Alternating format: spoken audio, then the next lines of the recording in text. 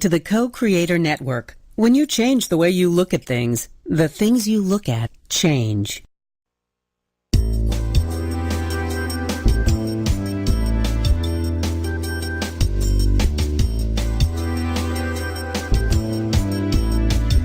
Good afternoon. Welcome to Why Shamanism Now, a practical path to authenticity, with your host, Christina Pratt, director of the Last Mask Center for Shamanic Healing. She's talking about how shamanic skills can bring us to physical, emotional, mental, and spiritual well-being, especially when nothing else can. Now, here's your host, Christina Pratt. And welcome, everyone. This is your host, Christina Pratt, and I'd like to begin our proceedings here today by calling out to the helping spirits to be with us. So I call out first to your ancestral helping spirits and to mine. I call out to those people who lived well and died well and bring all that is good and true and beautiful in that ancestral legacy to each of us, to the living. I call out to these ancestors to lean in, to help us to hear ever more clearly, ever more frequently, their guidance as they share with us their deep understanding of the challenges of being a human and where it is that we tend to take the wrong turn, where it is that we tend to not quite try hard enough, and to help us to find the guidance to take the right turn, the courage to try a bit harder, and the wisdom to begin again to learn what is necessary for us to work together, to support each other in our expression of our humanity. And as these ancestral helping spirits of the human variety gather around us here today, let's reach beyond the humans to those other living things that are also our ancestors, that have been here long before there was ever a human and will most likely be here long after. So we reach out to all of life in its many forms all around us, and we call out to these ancestors to help us to understand our own true nature, to help us to resonate with the deep essence of why it is that we are here, and to bring that manifestation of our true unique genius out into the world in a way that helps us to weave into this great web of life. And may these non-human ancestors help us to get perspective, help us to understand what are truly the small things, the things that have no bearing on our character and our soul, and what are the things that deeply abide, that need our attention, and help us learn to put those things on the top of our list of what it is we choose to do in this day.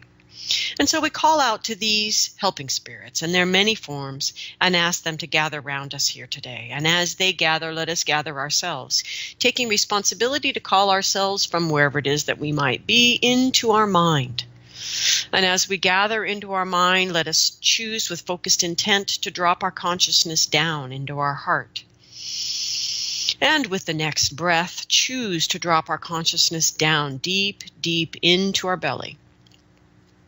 And as we slow down and focus, let us drop our consciousness down to the earth itself and take a moment to reach our gratitude out into this day, to give thanks for life itself. Thanks for the wonder of all that has happened in your life that has brought you to this moment. Thanks for the moment itself. And thanks for all that will be. Gratitude for the beauty and the diversity around us and the way in which life is such a generous giver, giving us all that we need to grow into the men and women that we choose to be. And so with enormous gratitude to the earth for the generosity of her dreaming, let us reach our awareness down through all the layers of the earth, giving our gratitude as we go, giving thanks to the earth. As we reach all the way down to the very center of the earth and anchor ourselves firmly there. Let us take a nice deep breath and center our awareness down into these energies that draw their power and their unique gifts out of darkness, out of silence, out of stillness, out of solitude in the deep, rich fabric of that which is before the abundance, the diversity, and the beauty that we enjoy here on the surface. Let us reach into those energies that are at the root of all that we call life. And let us reach deeply into those energies and draw them up, all the way up through all the layers of the earth, up into our bodies and into our belly, and begin to draw the energy of the earth in.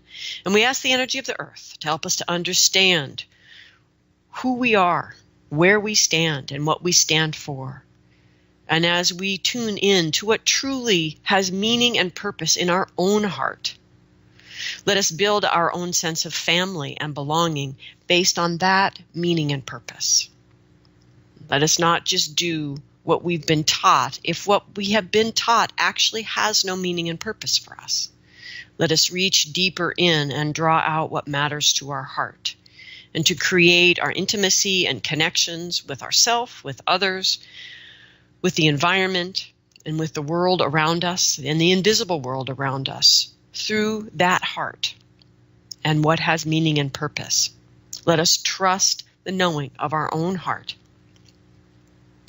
And with that, let us reach into this great web of life and have a moment of allowing ourselves to surrender into that great oneness, that all are connected, and let ourselves begin to come into right relationship in our own relationship with ourselves from that oneness. And let us draw this earth energy up into our heart, into our mind, up and out the top of our head, out through the sky and whatever weather it holds in this day, connecting with the realms above, out through the atmosphere, out into the cosmos, and reaching all the way up to the highest power of the universe. And as you reach up to these energies, these radiant divine energies that radiate down on us, whether you see these as natural forces or spiritual forces, by whatever name you call them, however you conceive of them, reach to them and connect, and to draw those energies down through all the layers of the sky, bringing into yourself, into your day, into these proceedings, the energy of blessing, the energy of protection, the benevolence of this universe. Call this energy in, breathe it into your heart and down into your belly as you draw in the energy of inspiration and illumination, the great beneficence of this universe. And we call in those energies that manifest as mentors and champions and those that light the way. And may you find those qualities within yourself. And as you draw this sky energy down and send it down to the center of the earth, take a moment and imagine these two great legendary lovers, earth and sky, connecting in that big love within you. And let that love awaken the spirit of your own heart. Let it grow big and large beyond the simple human dramas of pure romantic love, and open up to the capacity that truly exists in your heart. Reach down and draw up the fiery passions of your belly and put them there in the great crucible of transformation that lives in your heart. Draw down the crystal clarity from your mind, and let these two energies, so very different in their nature, move and dance together in such a way that they give birth to that third and most sacred thing, some deep understanding of why you are here. And may you find courage in that very same human heart to do something in this day, large or small, to bring those gifts into the world. And reach out with me now and give great, great thanks to all the spirit help that you have, known or unknown, that assists you in every day in bringing those gifts to the world. May what needs to be said here today, and what needs to be heard, and may these proceedings go forward in a way that is good for all living things. I give gratitude to Charla and Martha, Amanda, Autumn, Deneo, Maria, Leslie, Malama, and all of the listeners who have donated to the show. Those of you who are able to donate financially help all of us to have the show live and new, not every week anymore, but many weeks, and keep the archives alive and well and available to anyone who can connect via the internet to whyshamanismnow.com or iTunes or co-creatornetwork.com. And so for those of you that are listening for the first time, Why Shamanism Now is listener supported. It has been since 2012. The show's been live since 2009. And it is because of listeners like you who find something in this show that moves them in the heart, and that heart movement moves you into action in the world. And this is the most fundamental of shamanic energies. And we ask you to respond to this in your own way. And if you'd like to donate to the show, you can go to whyshamanismnow.com, click on the support button, donate any amount, large or small, in any currency. We are grateful for all of it. If you're uncomfortable doing that electronically, you can always email me at christina@lastmaskcenter.org for a physical address, for a physical check. And we are grateful for all of it. And we are grateful for the many things that you do to spread the word of the show, but also the things that you do to deepen the teachings by living them yourself. And for all of this, I am deeply grateful. So we are live today. This is a news show. And if you have questions about today's topic, you are welcome to call in at 512-772-1938 or Skype in from the co-creatornetwork.com site. And of course, you can email me at any time at christina@lastmaskcenter.org. The topic of today's show is moving into the deep water. So in Burkina Faso, the Dogra people embody a 5-element cosmology. So this is in West Africa. And in their way of understanding their life, their world, their existence, there is no separation between the physical and spiritual world. These are just experienced as two expressions of the same thing. In this cosmology, the earth is in the center, the fire in the south, the water in the north, nature in the east, and metal in the west. And I was taught this cosmology by Malidoma Patrice Sommet years ago, along with a cowrie shell divination system that he uses to great depth of divination and wisdom with people all over the world. So we, in this ongoing class, we created our own divination tools. And so to create this system of divination, we began by painting this 5-element cosmology on a cloth, and the cloth would then be the place where we would cast the shells and the other items in this divination kit, and then read the way that the shells and these other items fell across the cloth and the cosmology. So we were all there and painting these 5 elements as prescribed on our cloths, while Malidoma explained that from their perspective, the elements are not equal, that nature and metal were balanced side to side, east and west, but the fire in the south was only 1/3 the size of water in the north. And we all looked up from our painting, huh? And this was clearly obvious to him and clearly not obvious to us.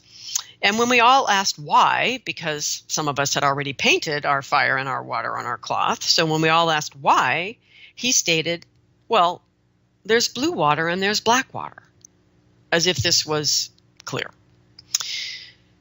So the blue water from the Dogra perspective is the shallow water, obviously, right?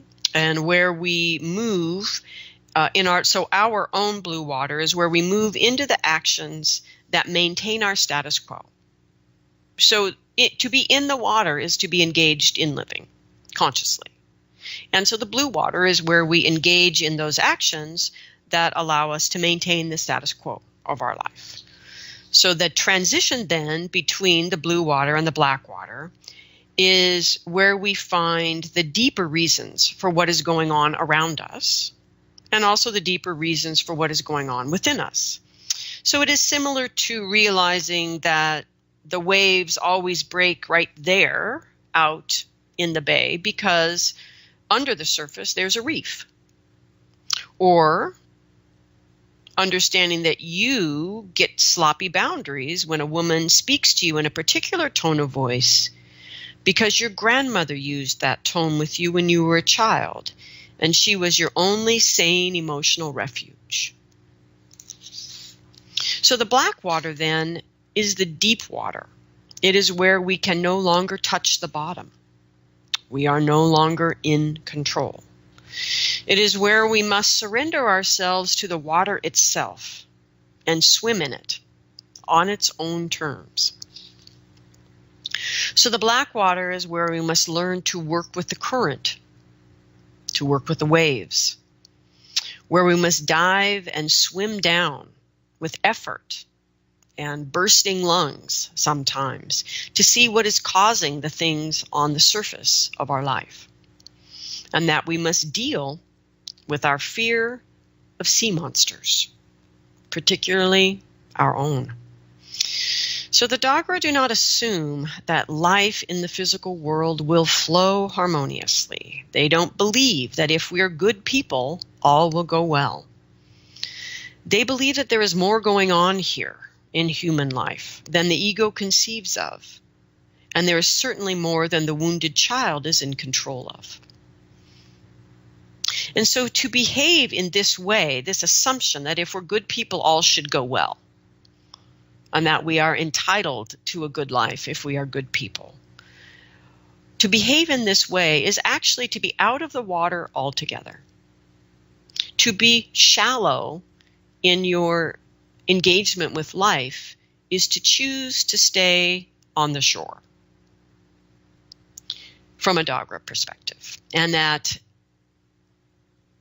understanding then that shallow life is not necessarily the shallow water. It is no water at all. So the Dogra believe that each individual has a center that they grow away from progressively after birth. And they lose their ability to tell who they are and where they come from or where they are going. And that this is just the natural course of life from birth to initiation. And so to assume that it is okay to continue to live in this way where one is losing their ability to tell who they are, or where they came from, or where they're going, and just to continue along that path as if this is okay, is again to not enter the water of life at all. In this divination system that Malidoma taught, there were two rings. One ring was about your relationships with the living, the intimate relationships with the living. The other ring was about your intimate relationships with the invisible world. And if you cast the cowries and the other bits and items on the cloth, and nothing fell in the ring for your relationship with the invisible world, the reading was effectively over. Because the assumption was if you had nothing going on with the invisible world, no relationship with the invisible world, you were effectively still a child, growing away from your center, continuing to forget who you are and where you are, and that you were basically not in the water of your life. So for the Dogra, the purpose of initiation then, from childhood to adulthood, is to find that center, to remember that it exists, and to be with it. The center is believed by the Dogra to be both in the individual, literally, energetically within the individual, something that can be focused on and cultivated and is an experienced piece of your energy body, and that your center is in the spirit world.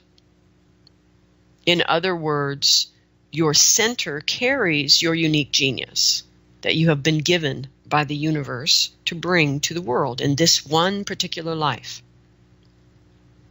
And so the Dogra believe then that harmony with the natural world and harmony with your own internal natural world is earned through constant vigilance of the health and well-being of our own energy body, and in our interactions with other energies, physical and invisible, that this harmony is earned by having the skills to detect imbalances in life, either your own internal imbalances or those between you and things external to you, and to detect illnesses, dysfunction, dis-ease, and that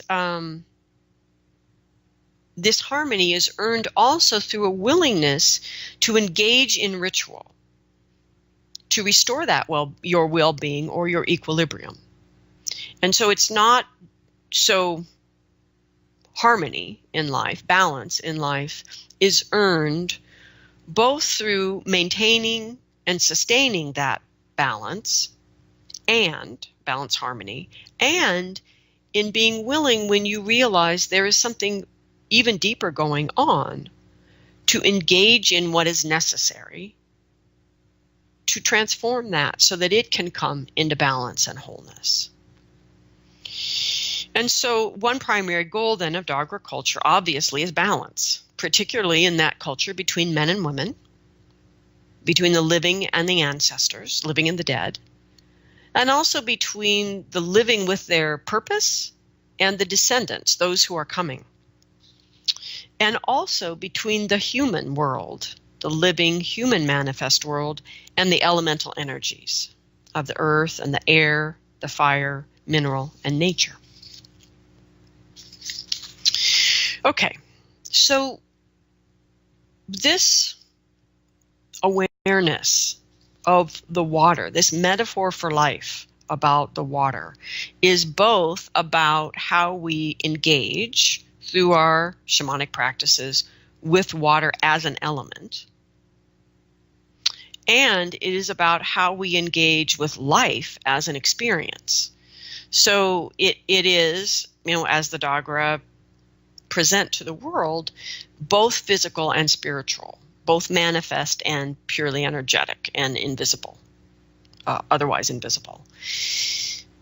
And so our understanding of how we live in the waters of our own life, I believe, is critically important right now. The primary reason being that there are many, many spiritual truths available to us these days, really without having to learn them. We can Google them, frankly. And what this means in practice is that many truths, which do still resonate with us as truth, are taken out of context or applied out of context, or people try to understand them out of context. And consequently, there is great confusion when the truths don't gain traction or don't bear fruit. And I'm speaking about the simple level of this, which is just a human being endeavoring to engage, endeavoring to be in the water of life, which initially means the blue water. And so the blue water is where we learn skills, choose to the discipline of practicing skills, bringing it into our daily life, allowing these things to affect how we perceive of ourselves and how we perceive of the world around us. And so in the blue water, we are learning about skills to engage with our physical wisdom body. We are learning the skills we need to engage with our emotional wisdom body. We're learning the skills we need to engage with our mental wisdom body. And so, for example, the show, 2 weeks ago with Michael Stone talking about quantum physics and our stories and how our stories affect us and how they affect the world around us, all of that is critical to learning to understand how your mental wisdom body is operating and beginning to come into right relationship with it so that you can use your will and intention in a good way in the world. And then, of course, the blue water is also about learning how we are going to engage our spiritual wisdom body, how we engage our spirit, learning to communicate with our soul, listening to that. How do we open to that voice within us? How do we know it's a true voice? All of this is blue water activity. It's how we come to understand what it is to be a human, how to gain the skills that we need to earn that harmony that Malidoma was speaking of, that the Dogra speak of, which is how do we engage in living in such a way that we're in the water of life, in a deep and meaningful way, not on shore. And so back to what I was saying about why I feel this is important today is because we've created this realm of understanding by taking truths out of context where people can be on the shore thinking through misunderstanding, honest misunderstanding, that they're in the water, or they can be on the shore doing blah, blah, blah, having been told they're in the water by some teacher or guru whose intentions are not clean, or someone who perceives of themselves as a guru when they're not. So that's another thing going on right now that creates this illusion for people that they are in the water when they're actually still on the shore. And I'm not even talking about, of course, the people that are under the illusion that they just need to be a good person and everything should work out fine, because those people aren't even at the beach. They haven't even gotten to the beach yet, much less decided to get in the water.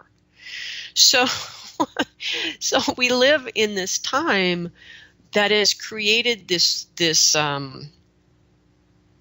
very heartfelt, spiritually driven, deeply authentic miscommunication and misunderstanding about what it means to get into the waters of life.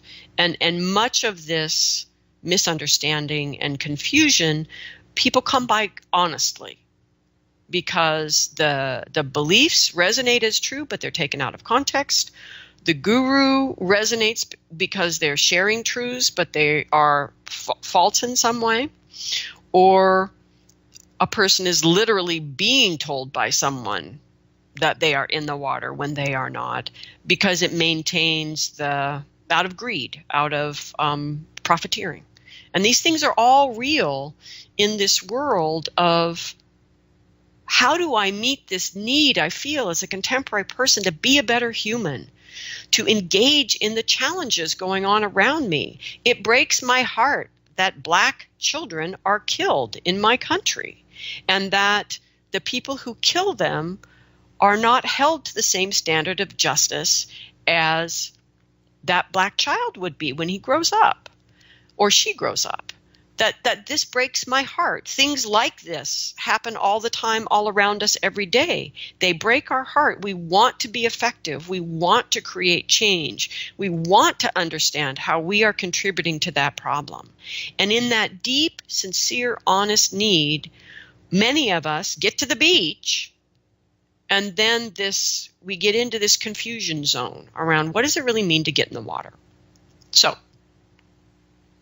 what does it mean to move into the water and ultimately move into the deep water?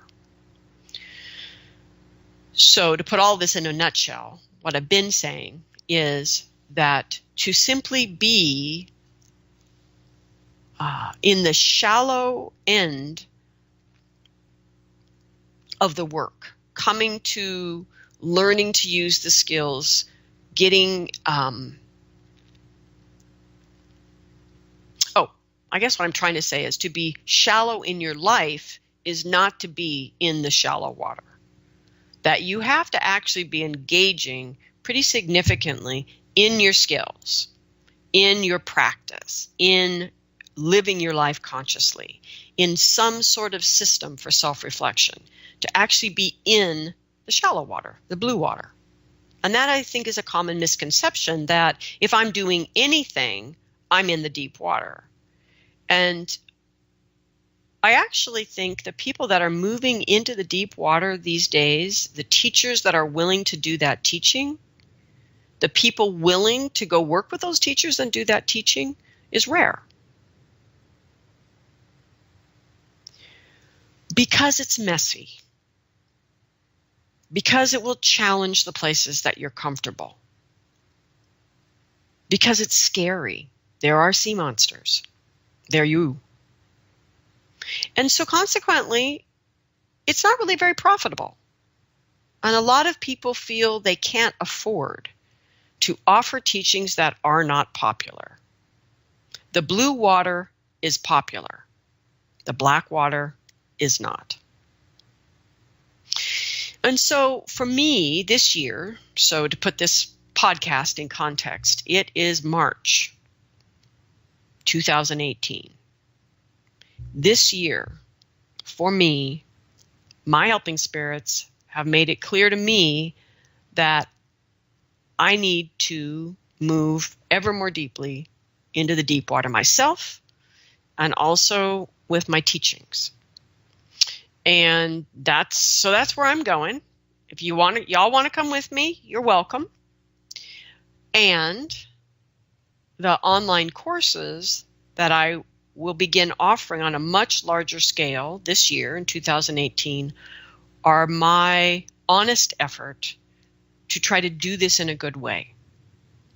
Not just for people who are able to physically get to me here in the United States, but to people who are attracted to this idea, to this work, and are never going to be able to get here. And perhaps we shouldn't be using the precious resources of the earth for you to physically get here. Because right now, we have this technological opportunity to come together in a way that we can do some of this work together. And so this is my exploration this year and for the next handful of years to come, unless, of course, things fail miserably. So, blue water and black water. How do we move into the deep water? Well, to move into the deep water, think of the metaphor of swimming. You have to learn how to swim first before you're allowed in the deep end. And that is only wise, only compassionate, only reasonable, right? That we do need to learn to swim. We need to learn to dive down and hold our breath. We need to learn how to float. We need to learn how to, well, frankly, you're welcome to learn to do synchronized swimming as well. But the point is, you need to learn the skills before you can even begin to imagine that you could go into the deep water and function there. And so, where do we begin? Okay, so what do actions in the blue water look like? For all of us here in the contemporary non-doggerel world, right? To be in this blue water means that you are engaged in the process of learning skills that will help you find your center. And learning those skills, using those skills, and engaging with them at whatever level is necessary to help you to maintain your center, regardless of what is going on around you. So what is necessary for you to use a certain set of skills may be different than what is necessary for someone else because of your sensitivities, because of your skill set, because of your soul's purpose that you bring to the world, because of your age. I mean, there's all of these variables that constantly influence us as we go through our day, as we choose to use our skills, etc. Okay, so in the blue water, you are learning skills. I am learning skills. This is what we are doing. Ideally, skills that engage you through all of your wisdom bodies. So, in other words, for me to go into the deep water, I need to be sure I have at least one go-to reliable skill to communicate with each of my four wisdom bodies. That I am not going to be able to go into the deep water with just shamanic skills, or just psychological skills, or just 5 rhythms dance skills. That these are all beautiful skill sets, but they each primarily engage 1 or 2 wisdom bodies.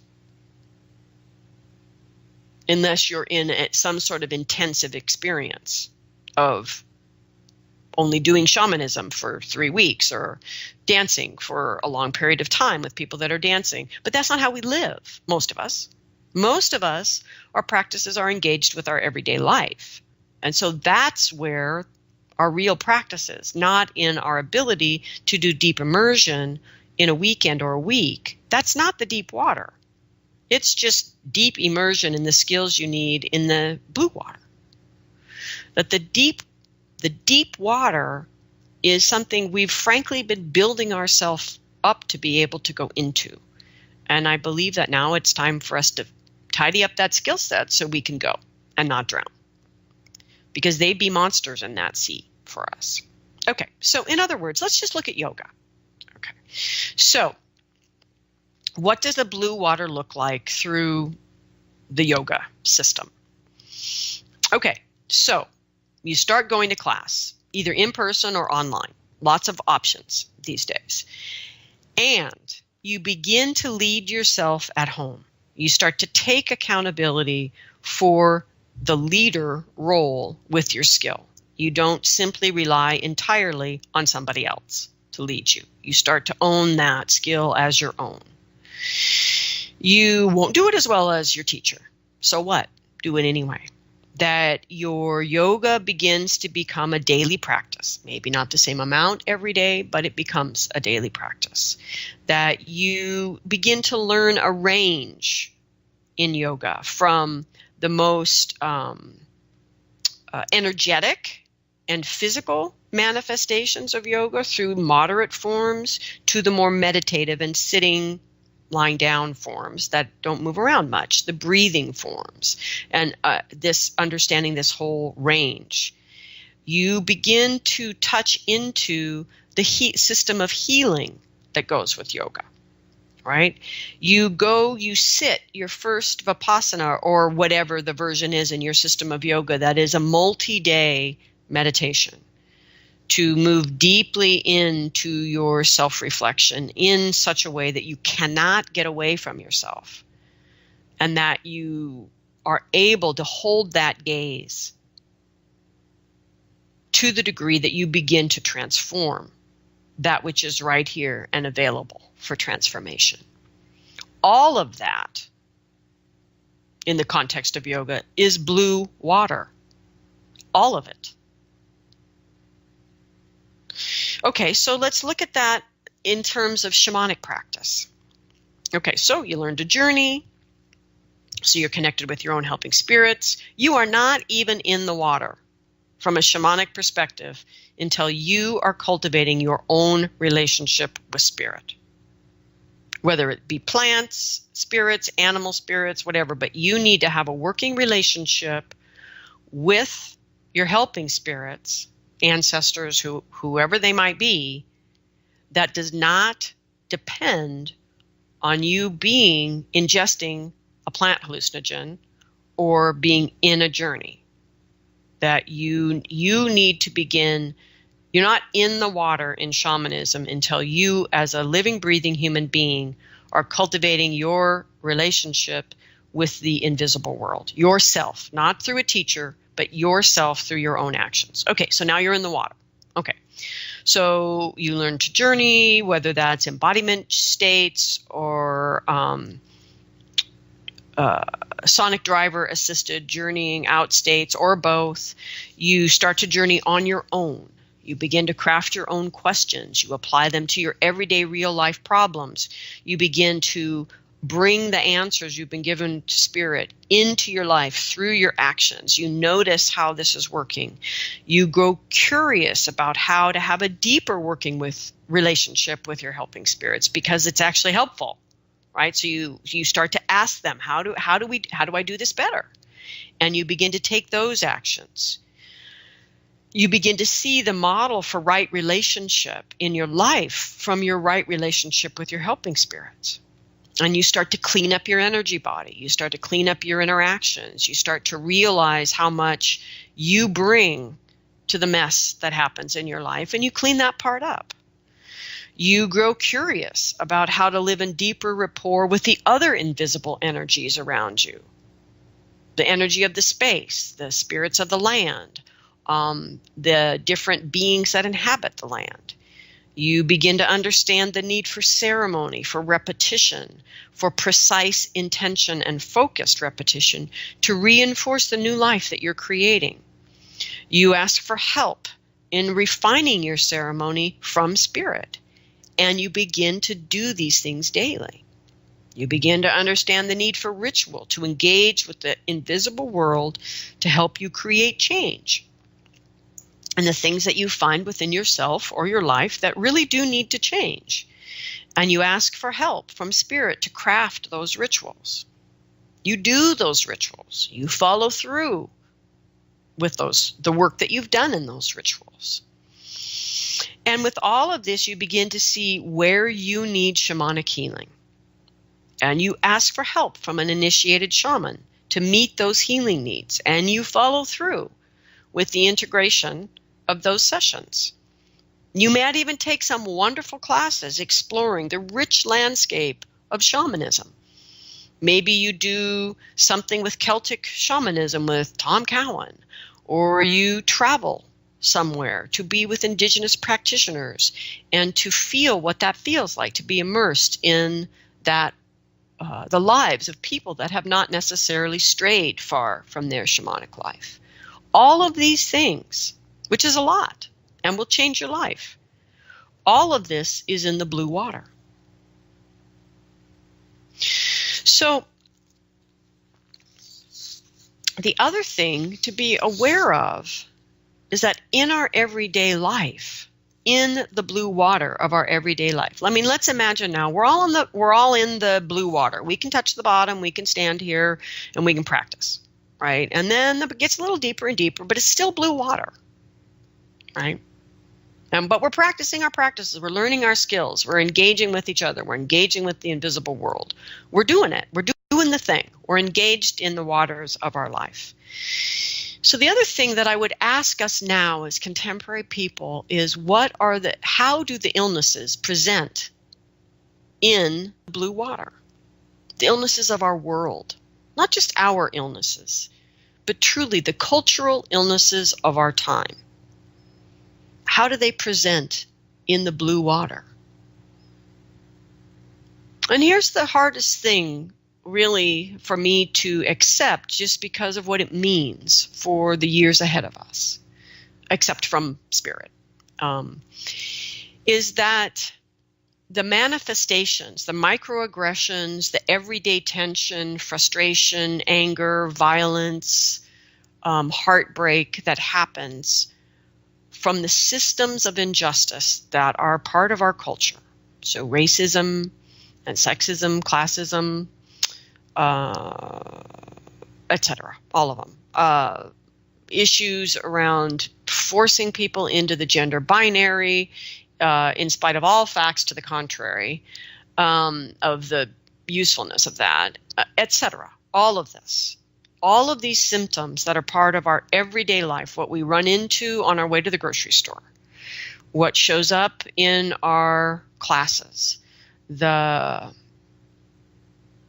huge effort now going on as women speak out what their true experience is around sexual violation and harassment, that the huge burden on women of color in the feminist spirituality movement to call out the inherent racism and classism in that, often found in that school. All of this, which so consumes us right now, all of this is in the blue water. It's how the problems show up in the blue water, where the wave is breaking.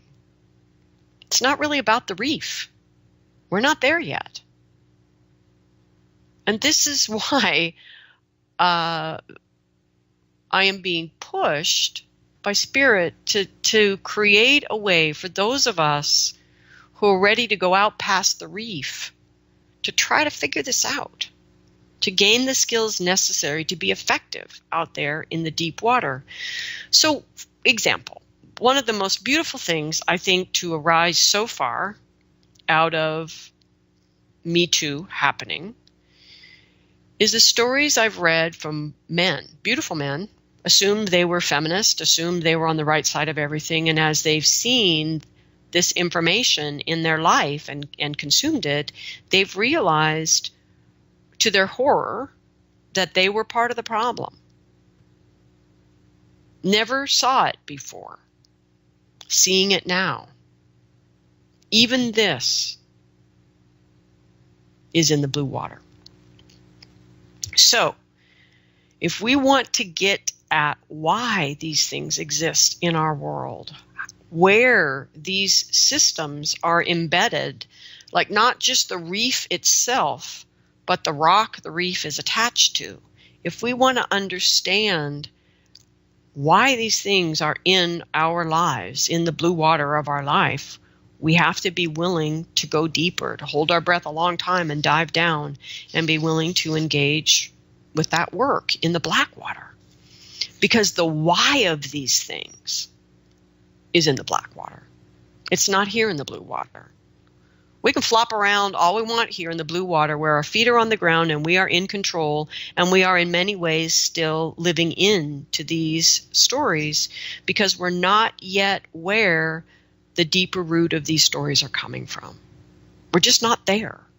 We have to move. So, what are we doing as we start to transition into the deep water? Well, as we start to transition into the deep water, we have used our skills enough here in the blue water, individually and together, to begin to see our effect on the world around us. And to understand that that's not actually enough if we want to be the medicine for our time. Now, if you don't want to be the medicine for your time, that's fine. You are here to choose the right use of your own will. What I would like to offer is an opportunity for us to choose to be the medicine for our time, for the true root of the illnesses of our time. Okay, so for that, we got to transition now out of the blue water into the black water. So part of that transition is beginning to see, for example, I have done enough of my own emotional clearing. In other words, clearing the things that trigger me to understand my part in that, and clearing the reason I'm being triggered, not the trigger, not the upset, but the reason for that trigger within me, that I am taking responsibility to create that change on myself so that going forward, I am no longer triggered by the same things in the same way. I begin to realize that that is still reactive. That is still forcing my life to trigger me to get me to look at what my issues are. And so as I transition out of the blue water to the white water, I begin to see, ooh, this really cool emotional clearing skill that I have. This allows me to actually proactively clear, to look within myself for the root of this pattern that I see in my life, to look actively and proactively within myself for the self within me who holds that belief that I keep tripping over in my life. And we begin to see then how our inner world is forcing this outer world reflection, because that's the arrangement. Somebody built that system, we're just in it, right? You start to see, if I don't like that out in the world, then I can begin to transform it within myself, and I can have an effect on the outer world by my transformation in my inner world. And we go the next step, which is to understand it is my responsibility to do this clearing internally, to free up the outer world from its need to reflect this dysfunction back to me. So it's a change of conscious awareness around our skills, what our free will is really here for, and the deep responsibility in how we are influencing each other and the world around us, and how to begin to use our skills to pull our contribution out of the world around us. Back to if I clear my own victimization, makes it that much easier for everyone else, male or female, to clear their victimization, and that much harder for anyone else, male or female, to victimize. And thus, if we want that energy out of the outer world, we need to clear it in our inner world, deeply and completely and aggressively, in the sense that I am now proactively looking for it, not waiting for my life to trigger me, which is passive. but to be active and overt about it. So this is how we begin to transition. We start to swim up to the reef and begin to figure out what is our timing, how to get there when it's high tide so we can get over that reef without slicing our belly open, right? Because then we're done, right? So we want to make it over the reef safely. Because the important thing to understand about recognizing this inner world, outer world relationship and how all of the skills that we're learning in all of our different wisdom bodies are about helping us to take responsibility for manifesting balance and harmony in the world, in ourselves, with each other, with the environment, with the invisible world, all of that is not enough to be the medicine for the illnesses of our time. It isn't enough. That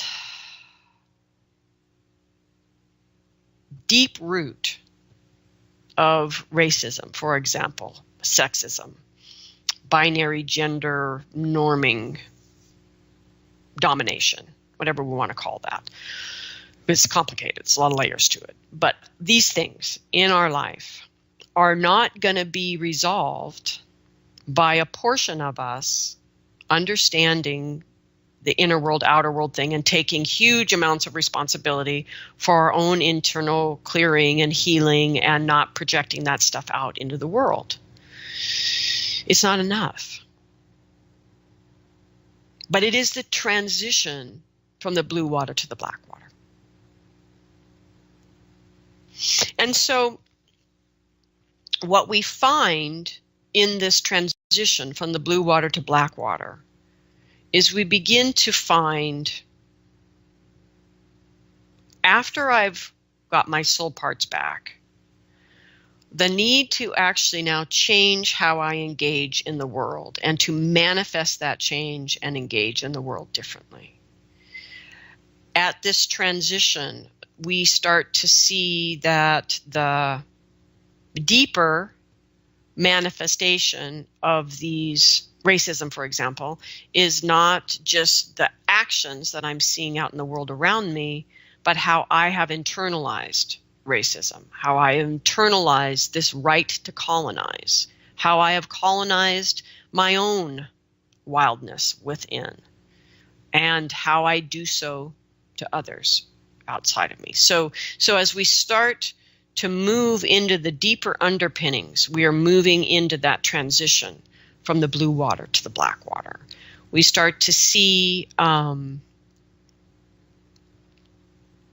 how the fact that we are choosing, and I'm choosing to drive, so this is me too, that we continue to choose to drive cars run on fossil fuel affect an economy that is affecting our environment, that is affecting the potential survival of our own descendants.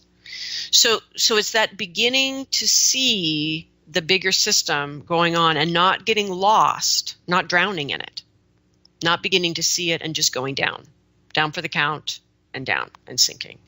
But how do I maintain a buoyancy as I become aware of what I must become aware of to begin to move from the blue water to the black water? Okay, so if you're still tracking with me, the question for me then is, what are the possibilities for us as individuals if we can take our skill set, get out past the reef, in spite of all the awareness that comes with that, and move into the dark water, and in a sense to get comfortable out there, to understand who are allies out there, who's a shark and who's a dolphin, right? To dive down and understand what is not just the reef, but what is under the reef. To be able to weather the storms, so we have resiliency and hardiness. To be able to be out of control all the time, because our feet cannot touch the bottom when we are in the dark water. And that doesn't mean we have to stay out in the dark water 24 hours a day. That's not my point. But my point is we stop fooling ourselves. One, that we're in the blue water when we're really on the shore, and two, that we're in the black water when we're really in the blue. Because if we keep fooling ourselves about that, we are not going to make the medicine for our time. So, what does it look like then in our practice when we are in the black water? When for us to move into our practice moves us through the blue water into the black water regularly. What does that look like? What does illness, what do these illnesses of our time actually look like in the black water, where we're starting to get at why they exist, right? So these are the questions that I'm asking. These are the questions I'm inviting you to ask with me and to put ourselves on the line to embody what those answers might be in our time through our work. Personally, but also through our work together. Because what I'm really curious about is what are the possibilities as many of us gain the skills to move into the dark water, into the black water, and to operate collectively. What is possible if we do it together? This, to me, is the interesting question. So Man is the spirit of water for the Dogra people. And it's associated with the north, as I said earlier. Man brings the power of peace, focus, and reconciliation. So in people, water, Man, provides internal peace, bridging the gap between who people are on the inside and how they present themselves on the outside. That water nature allows people to be many, to connect with family, village, and community.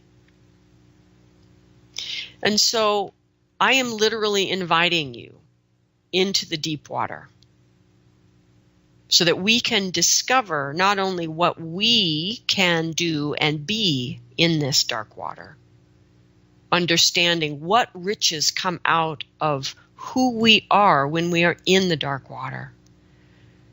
And what is it that we could create collectively that we will never do on our own once many of us are out there in the dark water and decide to focus our skills on the same thing, on understanding the deeper reason for the illness in our time.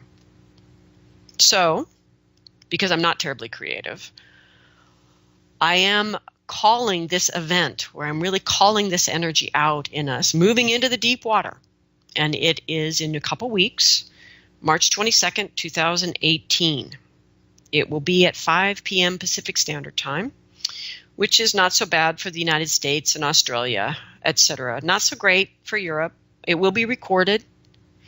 And so if this is remotely interesting to you, I invite you to join me in this live online conversation, collaboration, this introduction to these ideas, this invitation to go swimming with me in the deep water, to grow that kind of steadfast hardiness and skill and resiliency, and maybe even style.